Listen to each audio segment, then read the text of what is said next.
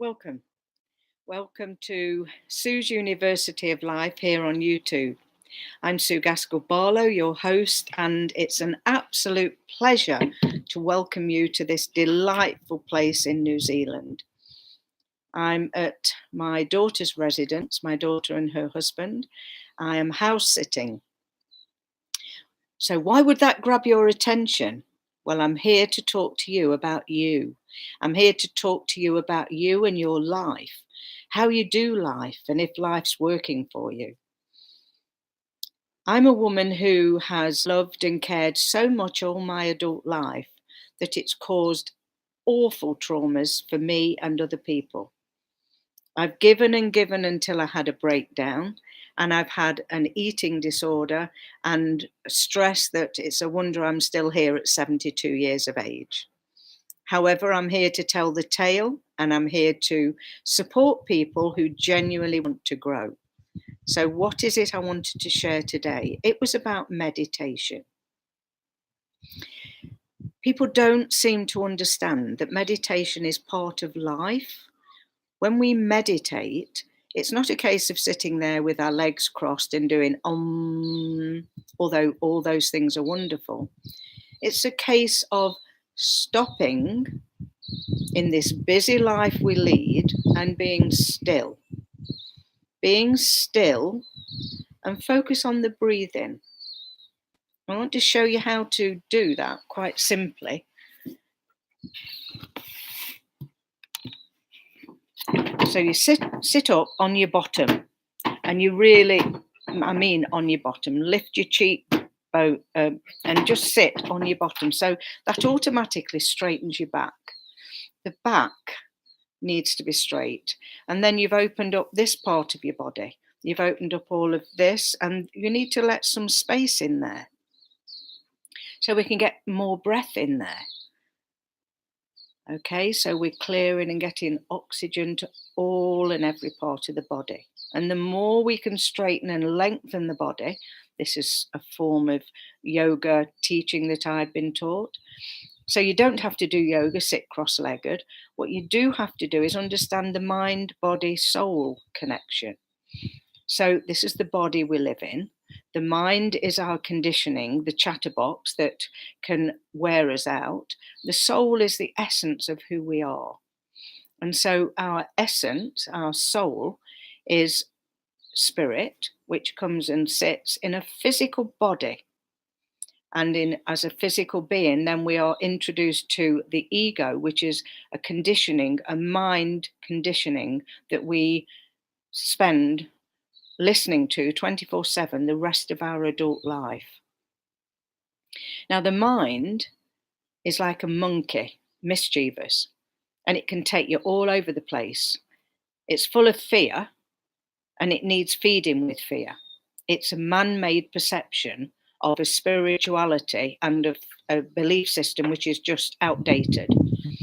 And so what we need to do is acknowledge that that is what's happening and learn to be able to discipline the mind and to know that it's there and not let it control us.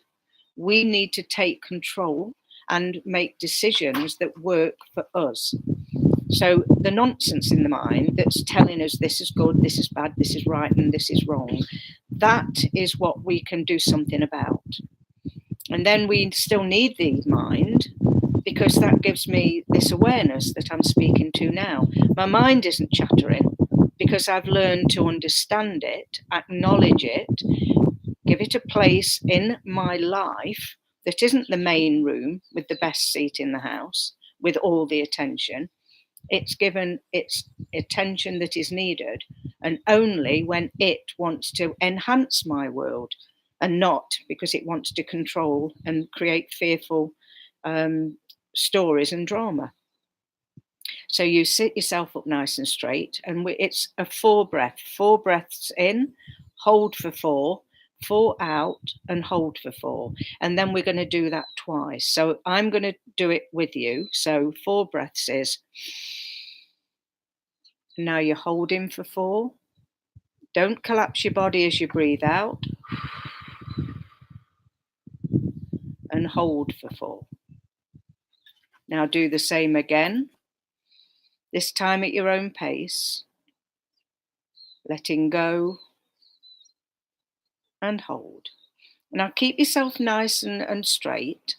And you might think, oh, this is a bit hard. And it is, because we're so used to slumping and not looking after the body. And we need to look after the frame of the body, the spine, because all the nervous system, the activities all come from that one place and feed different parts of our body. So once you're in this place and you're focusing on your breath, the mind has to quieten down. And then after a while, you'll watch your mind come back in and start wanting to talk to you again. And just be aware that, yes, it's talking to you, only it's not telling you anything that's helpful. It's just trying to get your attention, any attention.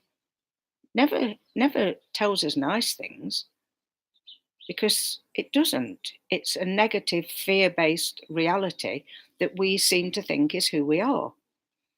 So once you understand that and you start being aware and practice and watch how quickly your mind keeps coming back to try and take control, then you can start listening to this other voice, this beautiful, unconditional love that is yours and mine inherently. It's our right. So then that pure voice, that still voice, which is supportive and loving, you need to befriend that. That's your spiritual, your journey. So that, plus the ability to learn to accept and be kind to yourself and not be unkind in your programming, creates a whole new world. It's impossible to explain how beautiful it is. And for sure, we pop in and out of that blame shame game until eventually we say, you know, I've done with this. So we just let it go. Thank it for being around, let it go. And then we can begin to be aware in the moment. The mind is still there because we need the mind to do all sorts of things. Automatic programming. We learn to walk. We do that automatically. And we talk automatically because that's what we've learned. Well, automatically, we had this negative view of the world from experiences from when we were little. And that is the bit that we need to unlearn, let go of, so that we're in this space where everything changes. So I'm in this beautiful environment at a time when I needed to relax and take time out and to realize that we can be so busy that we stress ourselves, and stress is when we ask more of ourselves than we really need to. So we need to address that and take time out to reflect and meditate. So meditation comes in the form of going for a walk, just sitting looking at water, just watch how often your mind wants to intervene and just let it go. See it, let it go. Don't start dwelling on it, because you'll start feeding it and it'll get bigger and bigger. And that's where we make a mountain out of a molehill. Makes me smile, some of the expressions, because once you know, you know. And it's not an egotic knowing. It's awareness. It's a place of peace. It's yours. It's there for the waking. It's there for the taking. When we wake up and understand that we've been living in this place of such nonsense, believing that the story in our head, in our mind, the drama that we make of everything was us. When of course it never was. It was just something we'd not inherited, we'd picked up and learned when we were little. So we were great pupils. And that's the whole point. If you join me on Sue's University of Life, subscribe and ring the bell, then you can begin to find out who you are outside of the roles that you play. And remember that you matter, that you are a precious, precious child of the universe. And the universe, your spirituality, your spiritual growth, depends on you understanding that you matter, that you're not all the things that you were taught, that you were an amazing pupil. And now you need to be very kind to yourself as you unlearn things and reinvent yourself and understand that you're here for a purpose and there is a role for you to play. And all you have to do is remember to just think about that. And so, on this wonderful opportunity called life, on this day, this moment as you're watching this, and I hope you will subscribe, ring the bell, and go to my website, which is susuniversityoflife.com, and just have a little look around. And if you're ready to grow, if you're ready to know who you are outside of the roles you play, to look at why you do what you do, if you're ready for the journey of a lifetime, to go inside to find the answers instead of looking outside, then you'll never find the answer to peace and happiness in things or people. It has to start with you.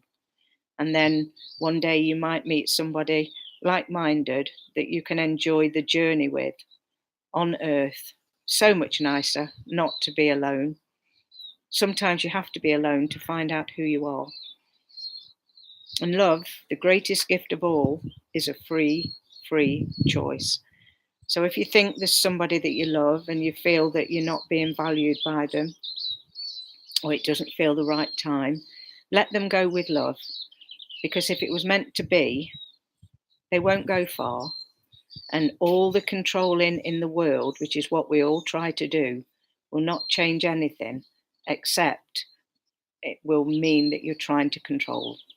And we have to stop controlling. We have to surrender and accept and acknowledge who we are without expecting other people to fit into the box of our externals.